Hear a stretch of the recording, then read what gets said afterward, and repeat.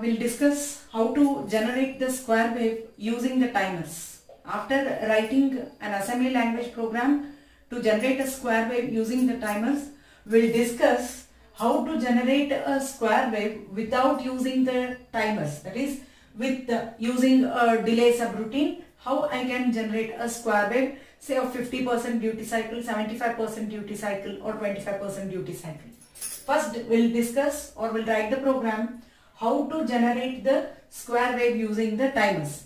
In the previous class, I had discussed about how to start the timer, how to load the count, how to select the modes and how to start it and how to stop it. Okay, so directly we'll go for the programming, how to generate the square wave using the timer, and then we'll calculate how much is the delay produced by these particular timers and what's the frequency of the square wave which is generated. Okay, so first we'll write the program to generate the square wave using the timers. Okay, using timers. First thing, whenever I want to write the program for timers, using the timer, if I want to write anything, then the very first thing which I have to do is I have to load the T-mod register with a value wherein we are going to select which timer we want, that is timer 0 or timer 1, and in which particular mode we want and what type of gate control we need, whether it is hardware control or whether it is software control. So think that I'm using timer 0, I'm using timer 0 in mode 1. If you recall, we are having the timers which can work as the timers in four modes, mode 0, mode 1, mode 2 and mode 3. In mode 0, we are going to have 13-bit timer wherein the timer is going to start counting from 0000 to 1FFF. That is, it's a 13-bit timer. In mode 1, it's a 16-bit timer wherein it can count up to, the maximum count is FFFF. In mode 2, it is going to be a 8-bit timer with auto reload facility wherein the maximum count is going to be FF. Mode 3, it is going to be a split timer mode wherein I have not discussed about this particular split mode.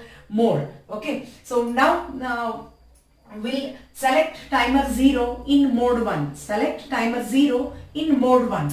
Whenever I want to select timer 0 in mode 1, just recall the bit pattern of the T-mod register. What it is going to have? Gate C/T bar M1 M0 in the lower nibble, and the same bit functions are going to be there in the higher nibble for timer 1. I want to select timer 0 in mode 1. So mode 1 for timer 0, M1 M0 bits in lower nibble, that should have 0 1. And I'm using it as a timer and I want software control, so it's going to be 0. C/T bar. This is a lower nibble and I'm not going to worry about the timer 1 because I'm saying that I want to use timer 0 in mode 1. So you can write 0000. Okay, and since this is a binary data, I have to write over here the B, wherein I'm going to load this particular 01 hex in T-mod register wherein I am selecting timer 0 in mode 1. In mode 1, that means I am selecting a 16-bit timer, whatever it is. Next one, move in TL0. Because I have selected timer 0, I have to load the count in TL0. Okay, this is the lower byte which I am loading. Say I am going to take certain data EA hex. Okay, since the number is beginning from an alphabet, I have to precede it with a 0. Next, move TH0, the higher byte, wherein let that be equal to FF hex, a 0 over here. Okay, that means I have loaded in T0, special function register, 16-bit register, what data? FFEA hex. I have loaded this particular count in T0 register. Okay, I have selected the mode, I have selected the timer, I have loaded the count. Then after loading the count, in the steps of timer programming, what we used to write? Start the timer, isn't it? Start the timer. So before starting the timer, you can generate the square wave. You can have the function over there. What do you mean by this particular square wave? If you just recall the square wave form, what it is going to be? Say it is a 50% duty cycle square wave, wherein you are going to have this, we are going to call it as a on period, and this we are going to call it as a off period. Since it is a 50% duty cycle square wave, you are going to have the on period which will be equal to the off period. That means for certain period it will be the high status, it is going to have the high level, and for the same period it is going to have the low level. Again for the same period it is going to go high, and for the same period it is going to go low. That means it is going to toggle between the two values high and low, and it is going to stay in that particular status for the same time period, So that means this is going to be the characteristic feature of a square wave. So what I have to do over here, say I want to generate the square wave, on a port pin, say port 1.0. Then what I am going to do is, I am going to write, right? So this particular bit, if you recall, I am having complement the bit instruction, wherein in the place of the bit, I can write port 1.0. Say the status was 0. Now if I write complement, then 0 will become 1. Okay, 0 will become 1. Again if I complement, 1 will become 0. So this is what the meaning of complement is, wherein I am going to write this particular complement instruction over here before starting the timer. I am going to say where else I can write this particular thing. Now at least I am going to write complement port 1.0, wherein I am going to generate the square wave on port 1.0. Okay, next is I have made the status high. Okay, after that I am going to start the timer. How I am going to start the timer? Set the bit TR0. You have to take care about this one, timer 0, and this is going to be the timer 0 run bit, wherein I am going to make the status equal to 1, which is going to start the timer. So after starting the timer, what the user has to do, what the microcontroller has to do, they have to watch the flag connected with this particular timer. Which particular flag? It is TF0. So I am going to write over here, jump if the bit is not set. Which bit? TF0. Under the flag. TR0, they are there in the TCON register. Okay, if the flag is 0, it means that the counting is going on. If the flag becomes 1, that means the maximum count has reached, and with the next pulse the rollover has taken place. But now if it is not equal to 1, then loop here only to watch the flag. Okay, so it's going to keep watching till the TF0 becomes equal to 1. Once when it becomes equal to 1, then what I have to do? I have to stop the timer by writing the instruction CLR TR0. By writing CLR TF0, I have to clear the flag. It is set by the microcontroller once when the rollover takes place, and it should be cleared by the user. If I don't clear it, then always the status of TF0 will be reading 1, where it is going to say that the maximum count has been reached and rollover has taken place. Clear TF0.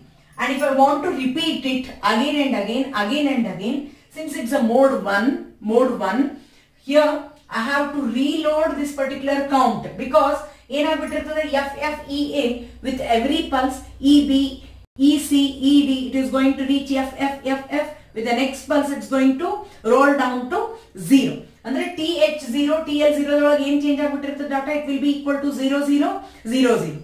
If I want to again generate the square wave, if I don't load this particular initial count, then the counting is going to begin from 0, 0, 0, 0. Instead of FFEA with the next same repetition, it is going to count from 0, 0, 0, 0 instead of FFEA. So what I have to do is I have to go back to reload the data. TL0, TH0. No need to load the data again in the T mode. Once selected, it is going to be selected until I change it. Okay. So it is going to come back over here, right? And it is going to reload FFEA. It is going to complement. Say initial andre ishto tanka 1 ittu antandre ee count ella aagi roll over aga tanka enittu status will be maintained the same. Again it's going to complement.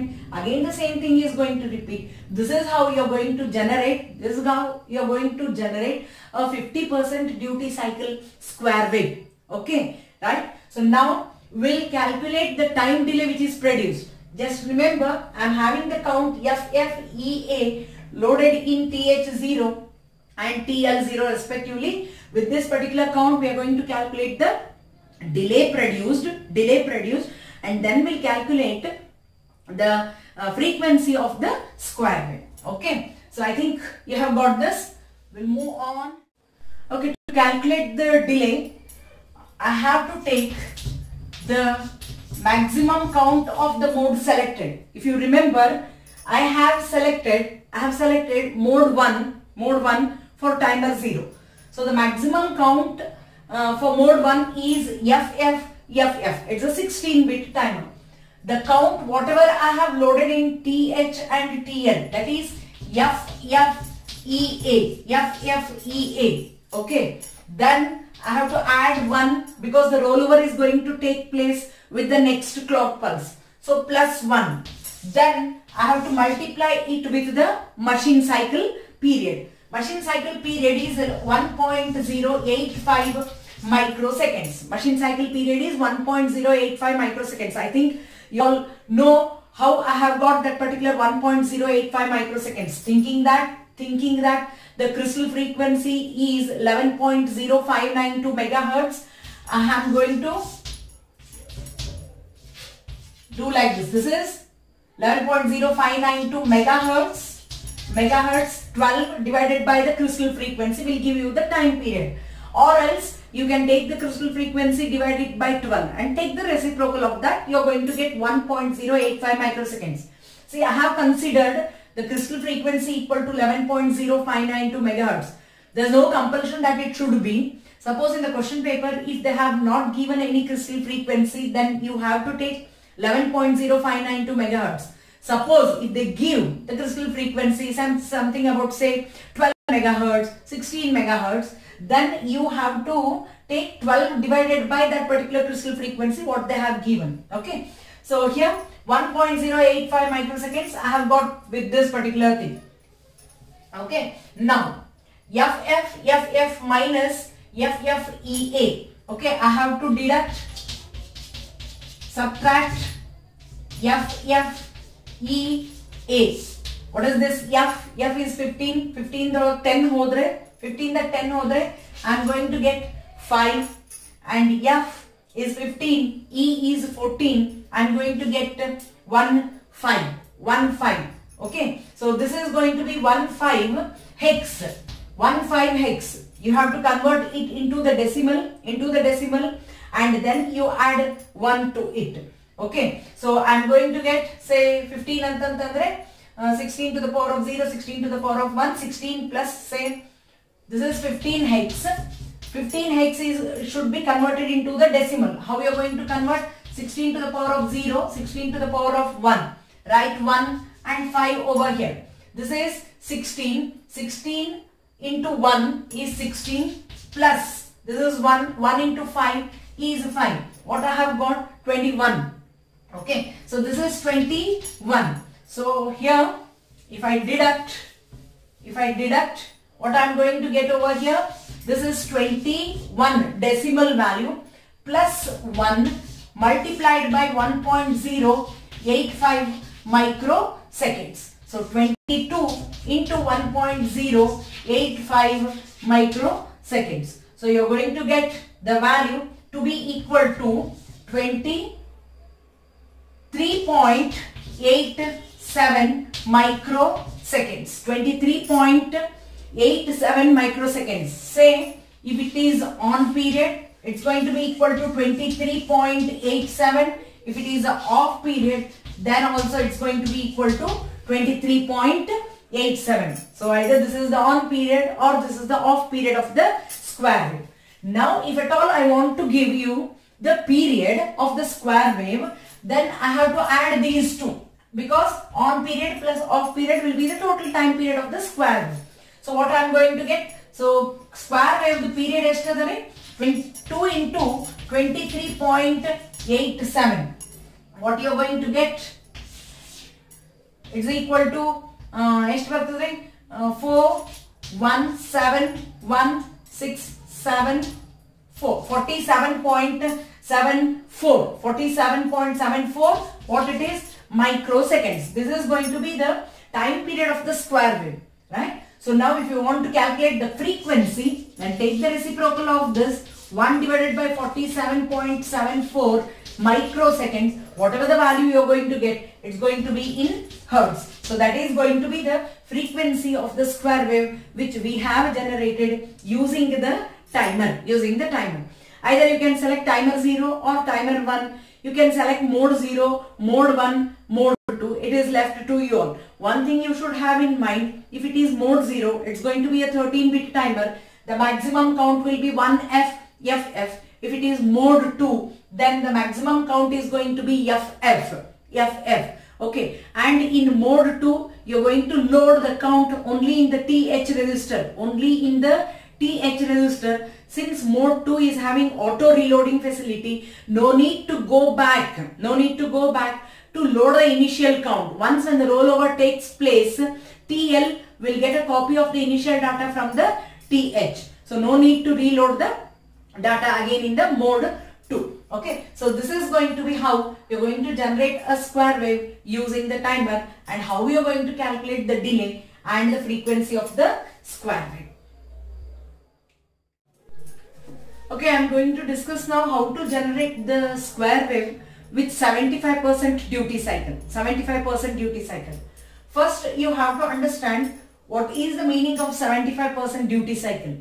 In 75% duty cycle square wave, you are going to have the on period 3 times of the off period. The on period will be equal to 3 times the off period. Say for example, if off period is 1 millisecond, just an example, 1 millisecond, then the on period will be equal to 3 times of that. That means 3 millisecond. That means that in the 100% time period of the square wave, 25% will be the off period and 75% is going to be the on period. So I am going to generate such kind of square wave wherein 75% duty cycle is going to be there. Using the timers. I have used the same program. That means I have loaded the same timer 0, selected it in working mode 1. And I have loaded THTL with the same count FFEA. Just now I had written this.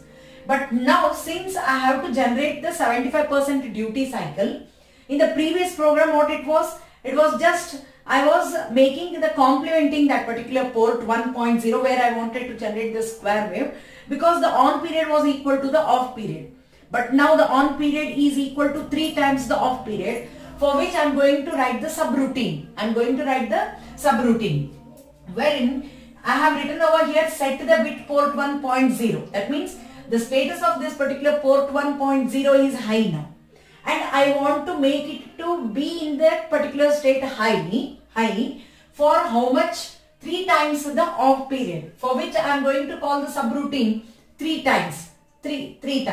And then I am going to clear it. That means I am going to make the status to go low, right? And I want to remain it low for only 25%. That means if 3 times this is going to be called only once. So this is 25% and this is going to be the 75%.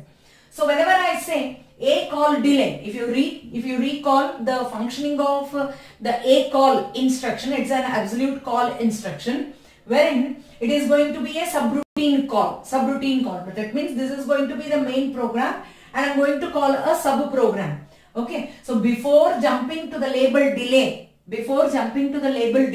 what's going to happen? The contents of the program counter. What will be the contents of the program counter? It's going to be the address of the next instruction. It's going to be the address of the next instruction. So that will be saved onto the stack. And the program counter will get loaded with the new address, that is delay. It will come over here. In the delay, what I have written, I have loaded already in the main program the count. I am starting the timer by using set the bit TR0, and I am watching the flag till it becomes 1. When does it becomes 1? When the rollover maximum count is reached, and with the next pulse when the rollover takes place, the flag gets set. It is going to come out of the loop because the condition will not be satisfied. I am going to stop the timer, clear the timer flag and return RET. When the return instruction in the subroutine is executed, then only the program counter will know that it should come back to the main program. RET bardidilla antantandre, it cannot understand that it has to come back to the main program. Okay, so when it comes back, it is going to point this instruction. Load ಮಾಡೋಕ್ಕಿಂತ ಮುಂಚೆ the contents of the PC was pointing this one, the next instruction to be executed. It was pushed on to the stack. Now since it is popped back by the return instruction, it will come to this one. And again a call delay, it will be pointing, program counter will be pointing the next instruction to get executed. Again the same thing, contents of the PC will be pushed on to the stack, and then again it will come over here, execute the subroutine with RET. Again it pop backs the PC content. Again the same thing. So 3 times the program is going to get executed over there, wherein whatever the delay which will be generated will be 3 times. Okay, and then it's going to clear port 1.0. It's making it as 0. Right? The status will be 0 for how much delay? For this particular count FFEA, we have calculated some 23.87 microseconds for that much delay. And here, how much time period it is going to be high? For 3 into 23.87 microseconds, it is going to stay high. So this is going to be how you are going to generate a 75% duty cycle. Now, if at all I want to generate a 25% duty cycle square wave, 25% duty cycle square wave, then I have to make